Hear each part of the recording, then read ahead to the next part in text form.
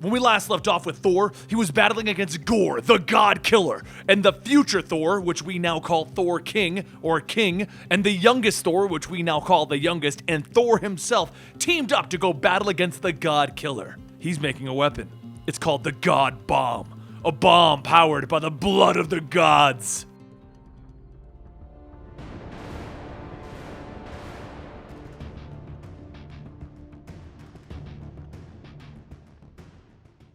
In our last video, we watched the rise of Thor through the ages and how he led his life. However, during his younger years, Thor had come across a villain that had been killing gods, and he thought that he could put an end to him. Little did young Thor know that God Butcher Gorr was far from dead, and he was amassing a planet of slaves to finally put an end to the Age of Gods. 3,000 years in the past, on a planet that had no name, the young Gorr sat with his mother, as they slowly starved on their barren planet. With the last of their cave apple, they offered it to the gods to watch over them and help them through this hardship. The young Gorr asked why would they pray to the gods to watch over them when they allowed his father to die from the sun fevers. His mother told him that his father lived a long life, and they will soon see him again when the night comes. He will be there with the rest of the blessed ancients that shine upon them. Gorr then asks, but why? Why can't he see his father? Why can't he ever see the gods? His mother patted him on the shoulder, telling him, you must always honor the gods, and they will shower you with blessings. But then there was a booming roar from the distance, and Gorr's mother grabbed her spear, telling her son to run and never look back, and may the gods watch upon him.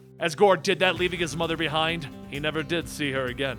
The days turned to months, and the months turned to years, and Gorr found a small bit of happiness with his wife. One day, his wife, who was expecting their second child, fell victim to an earthquake that took her life. All the while, Gorr begged and pleaded with the gods to please save him and his family. And as many months went by, Gorr and his son traveled in search of something to eat.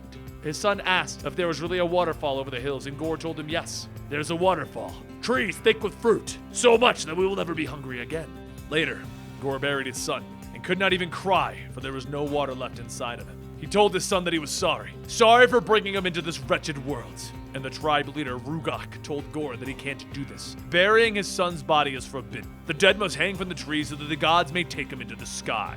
By leaving him in the ground, he only damns his soul to sacrilege. But the only words that Gorr could find is that they are already damned. The tribe leader asked, what did you say? And Gorr lashed out, telling him to open his eyes! We moved from one dried up cave to the next, eating slime off the bottom of rocks, leaving only a trail of our dead behind. The tribe leader shouts that he must be careful with his blasphemies, for the gods hear every word. Gorr then says, there is only us! The sooner that you accept that, the sooner that we can. But before he can finish, someone from the tribe throws a rock, hitting him in the head. The rest of the tribe joins in, stoning Gorr until he falls. And the tribe leader says that he is now an outcast. May the gods have mercy on his soul, though he expects the son will not. Gorr is left to die alone, and he manages to crawl through the deserts, waiting for the moment that he can finally just die. However, before that moment can come, there's a fire in the sky that crashes down onto the planet's surface. He runs over asking, why can't I ever die in peace? And what he finds are two gods struggling for power. The god in gold lifts his bloody hand, asking for help from the dying life form. And Gorr asks him, help? Help you? Where were you? Where were you when my children were starving? When my wife was screaming for your help? When my mother was butchered like an animal? Where were you when we needed the gods? From the god in black, a strange black liquid shoots into Gorr's hand, and he took that power and he killed the two gods. He had just killed his first gods, and there was only one question that he had left. Were there more gods to kill? Many centuries went by, and Gorr goes on telling the story of how he came to be to a slave god. He then asks if it answers his question, and the god tells him no. I asked what the weapon that you use is, the one that you stole from a god. And Gorr whips the god, telling him, you speak like someone who would rather die than be whipped. What is your name? The god shouts in pain, telling him that he is Volstagg. He is, or he was, Volstagg the Valiant, Lion of Asgard. Gorr goes on whipping, and Volstagg tells him, not even the Allfather can save you now. But in the end, there will still be the mighty Thor. Rage takes over, and Gorr stabs a stake into Volstagg's hand, and after a moment, he tells his son that he can come out now. His son asks, when will it be over? When will all of the bad gods be gone, father? And Gorr walks his son out as Volstagg is bound to a cross, telling him, soon, very soon. Back in the past, the young Thor wakes from a nightmare where he sees Gorr's face, telling him that he is not finished. Thor wakes up stating, he isn't dead, and the woman with him asks him, who? Thor tells her, "Do not worry your pretty little head." And the woman gets up telling him that he should know that she makes war like she makes love. Naked and in a berserker rage. Thor then says that he's coming at the shadows. "It's been 8 days since I killed the God Butcher, and I wished to not dream any more of this night." She drops her blanket and sword, stating that she can do for the glory of Asgard. Meanwhile, in the ruined Asgard, Thor asks, "What happened here? Is that the arm of the Destroyer?" King Thor asks if he simply is going to gawk at him like some half-witted Hercules, or may we see to our business. The two walk, and as Thor looks around, he notices the high seat of Odin, though no one but the Allfather is allowed here. King Thor tells him, "That's right. Well, I am the Allfather, and you are, what again? An Avenger? Guardian of the Galaxy? Have you moved to the sun to become a cosmic cop yet?" Thor asks him, "What? No." And King Thor says, "Just forget everything I just said then." King Thor looks through the terminal and says, "By my beard, they're gone."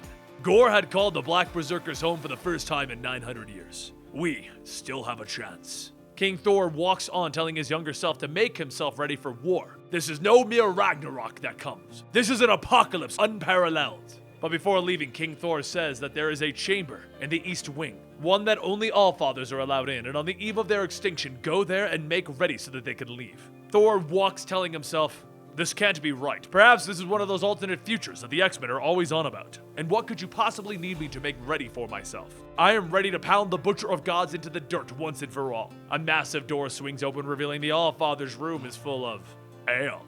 And then Thor responds with, "Well, I suppose that one drink wouldn't hurt." Back in present day, Thor's night of lust is interrupted by two of the Black Berserkers grabbing and pulling him outside. He cleaves one, asking, "Where is the one-armed coward?" The second Berserker then takes out a magic crystal and throws it at Thor. The ground begins to change and Thor sinks through it into a pink glow surrounding him. As he is lifted up, the future Gorr looks down, telling him, "Ah, my favorite Thor.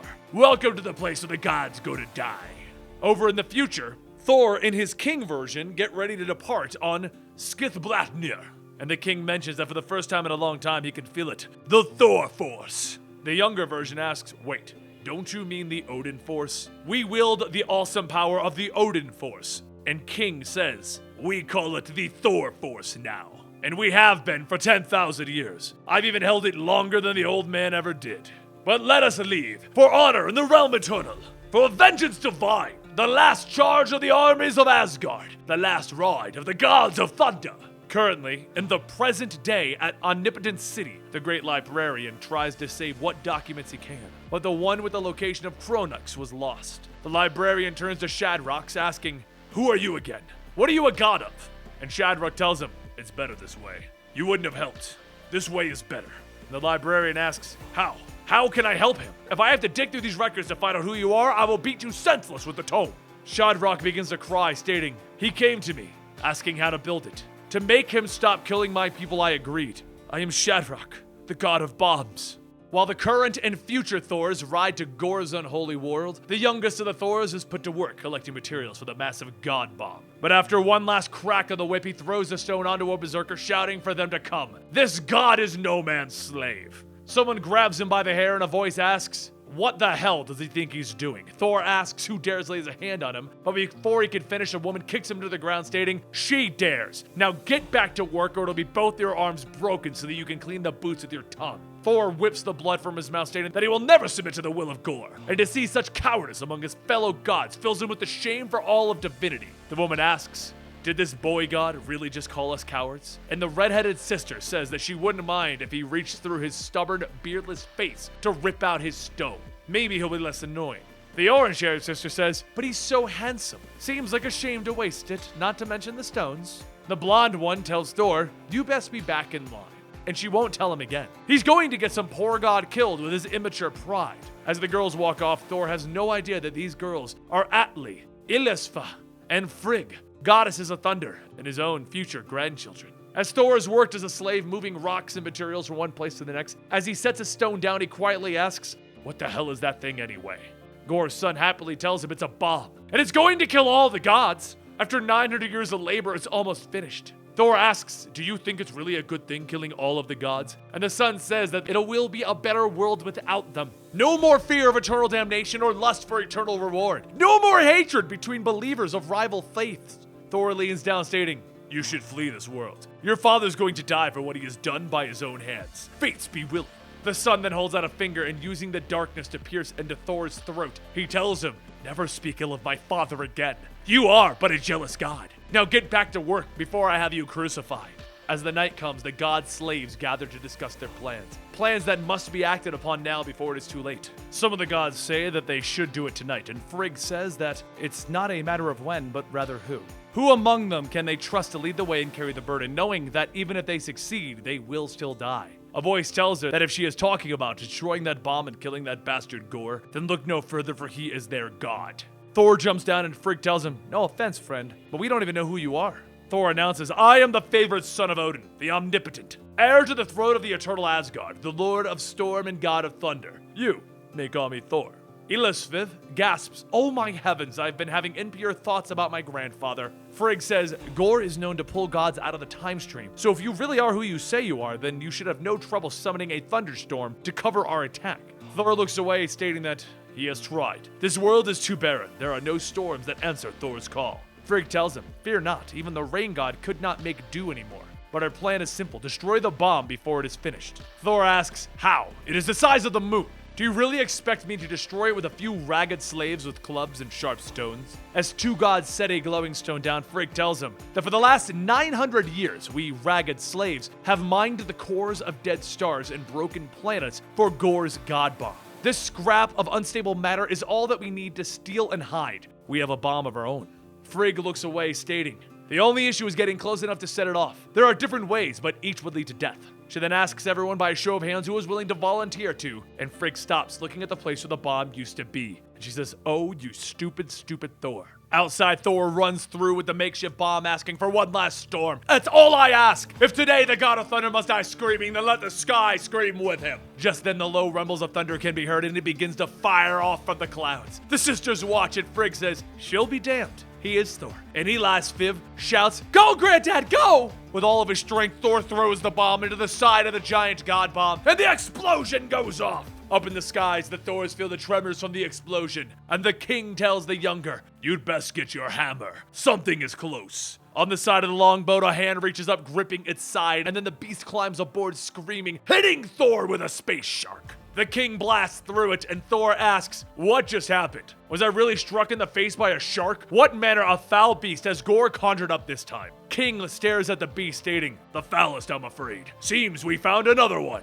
The youngest then asks, "Are you really my father?" And King says, "By Bor's bones. Are we certain there isn't any ale left?" With a brief exchange of words, we now have the older King Thor, the middle-aged present-day Thor, and the youngest Thor, readying themselves for battle. King, Thor, and youngest. And the youngest explains that the bomb that they attempted to use on the GODBOMB left it untouched, not even a scratch. King Thor tells him, "I hope that you're a better slayer of god butchers than dismantler of bombs." And the youngest shouts, calling out to Gorr. But Thor tells him, "Nay. The time for words is past. Now let the hammers talk." As the ship begins to descend downward, the Thors see a black creature appear before them, and Gorr tells them that they really should have brought more Thors. The youngest jumps off shouting, and the king follows, stating, "These idiot children have yet to learn what it means to be the king, for the glory of Asgard." The Thors fight valiantly, and Gorr's weapons make their efforts for naught. King gathers his strength, stating, "I've waited 900 years to feel the thunder in my blood again. Let's see if it's still there." He holds out his arm, releasing the Thor Force, blasting Gorr light years away into a far-off planet. With the awesome might of the All-Father unleashed, the God Butcher had felt something that he hasn't felt in a millennia.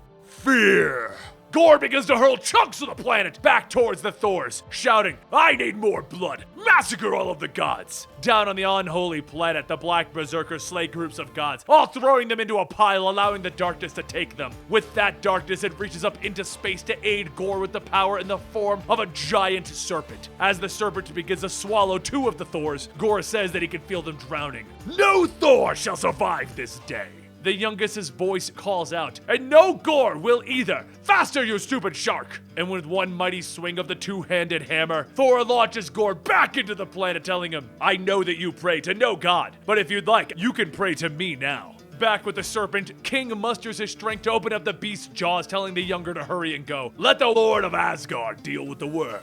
The mighty Thor races down to the planet, swinging into Gorr so hard that he could feel his fingers crack and his muscles tear. And yet he swung again, even harder than before, and again, and again! With each and every cut, Thor could feel Gorr's weapon creep inside of him, burrowing deeper into his flesh. Thor ignored the pain, focusing on the bludgeoning, ignoring everything else. And as the struggle continued, it took the cracking of a planet to snap his mind back to reality. The planet's surface begins to crack and explode, and there to mend it is Thor. And soon the fissures are settled. As Thor returns to the battle, Gorr tells him, "I understand you now. The old you is fueled by regret. The young one uses his arrogance and rage to mask his crippling shame. And as for you try so desperately to seem noble, all because you see just how petty and useless your kind really are." At that moment, the king, the youngest, and the Thor came together to fight side by side to take down the universe's greatest foe. King blasts Gorr one more time towards the sun, and the mighty Thor shouts to follow. The group flies faster and faster towards the sun until there is no sight of anyone. And just then, for the first time in the galaxy, people could look up and see the sun turn black. Down on the unholy planet, it began to rain, and it rained blood. God blood. Next, it rained hammers, and then Thors, and despair. Gorr stands atop the three bodies shouting, "Make ready the bomb." The thunder fell silent, and as King Thor was nailed to a comet and sent roaring through the space, Thor the Avenger was cast into the ground that opened into a great black maw. Mjolnir's lay encased in a cage of god flesh, unable to fly to the master's hands. And the youngest found himself too spent to even muster a curse as the countdown began. Gorr drags the youngest through the lands when his wife runs up asking if he is unharmed. Please tell her that her love is unharmed. And Gorr tells her, "Go back inside, it'll all be over soon." His wife praises him, stating how she waited for this day for so many years. He has suffered so much, endured horrors beyond imagining, and he is the only being that she has ever known worthy of worship. He is the brightest star in all of the heavens. He is Gorr, her lover, her savior, and her god. Gorr releases his grip on the youngest, and then he turns back asking, "What did you just say?" She explains that what she said was that he is. But before she could finish, Gorr uses a tendril and stabs inside of her mouth, telling her, "I am no one's god." Moments later, Gorr's son runs up asking if it's true. Is it time to trigger the bomb? Gorr tells him, "Indeed it is, and if you could, go to the tower and look for your mother. I have many gods to kill." The boy smiles, "Yes, and of course, make sure to kill them all." But before leaving, he turns to see his mother's hand sticking out of the sand. As Gorr walks to the entrance of the bomb, he says, "It took us 900 years to make this, and now it will explode throughout time, killing every god who has ever lived and ever will." He then takes Thor's hand and he slams it into the door, stating, "Amen." And a path opens. Gorr drags the youngest, stating, "Only a few more drops in the pool of forevers. Now bleed, god of thunder. Bleed for my blessed bomb." Down on the crack of the planet, the mighty Thor struggles to maintain his hold, and then he hears a voice talking to him. Gorr's son tells him, "You will never make it." Gorr's triggering the bomb as we speak, and Thor tells him, "You must run away. This is no place for the likes of you." The boy says that he cannot. He is what his father created, but the question now is, what is his father? He was a good man once, a family man, a loving man who suffers unfairly. But what would his younger self say of his older self now? Thor tells him, "You must leave, now! Take whatever family you..." And the boy says, "My mother is dead. She always dreamed of a life after the bomb, but there is never going to be a life after it. Gorr is dead, and in his place is something that I have been raised to despise." Thor loses his grip and he falls back, and the boy catches him, stating, "I know not how to pray, but I will pray for you, God of Thunder. Pray that you will kill my father." At that moment, there's a rumble in the ground, and the cage of god flesh pops, freeing the hammers. Back inside of the god bomb, the youngest screams in pain, asking Gorr, "If you want my heart so badly, I will gladly trade you for an eye."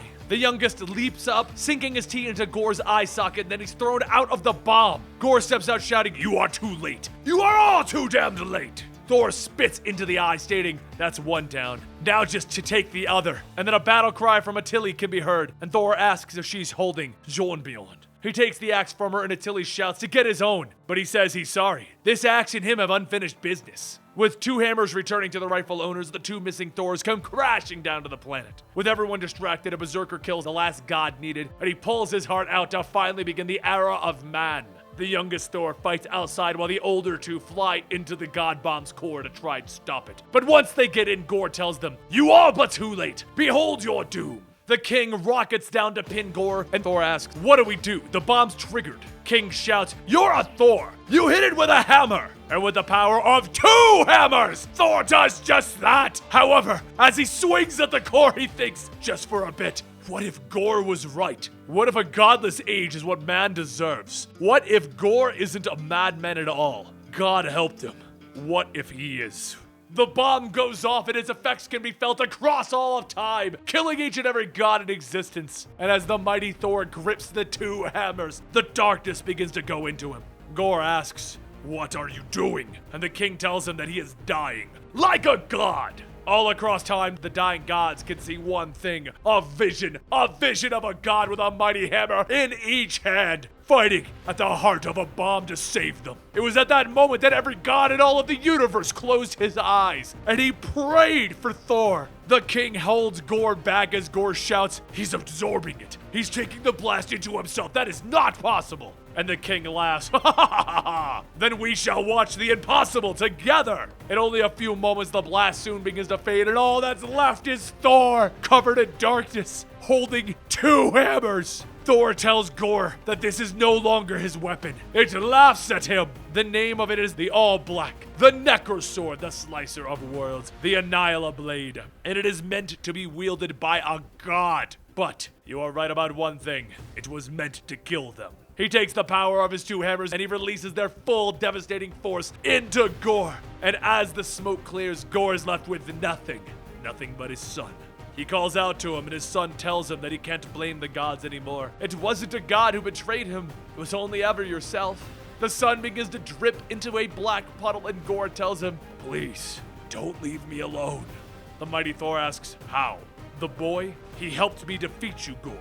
And the king tells him no. It was a lonely little man who helped him defeat the God Butcher.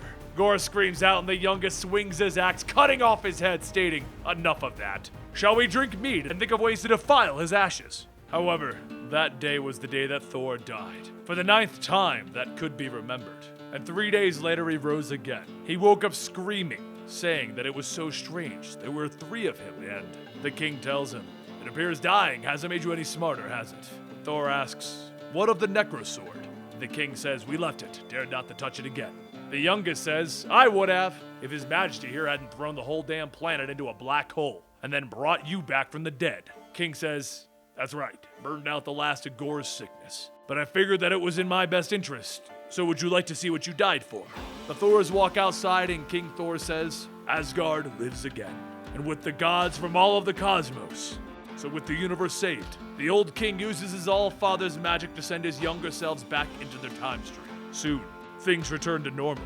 The youngest set out to become the Viking god once again, and the mighty Thor went back to being an Avenger, and the old king sought to make memories with his granddaughters. However, due to the nature of time travel, they knew that their memories of their adventures would fade and no one would remember this time. Back on the planet of Indigar, Thor returned to see the young girl who prayed but never received an answer. He told her that she prayed to him because she had no gods, and he can assure her now that she never needs to pray to him again. And the world without gods became one with many gods, all thanks to a little girl's prayer and a madman's murder spree. And there you have it. We've done the first 2 parts of Jason Aaron's 4-part Thor series before he moved over to the mighty Thor, Jane Foster. Next up is going to be The Accursed, and after that, The Last Days of Midgard. You need to stick around by subscribing so you can get those videos ASAP as we put them out. And don't forget, you can follow the Thor playlist right here, the Hulk playlist right here, because if you saw the movie, you loved the Hulk like I did, even though he acted a little out of character. But that, you can find out what I think about that on our podcast. And I'll see you next time right here at Comicstorian.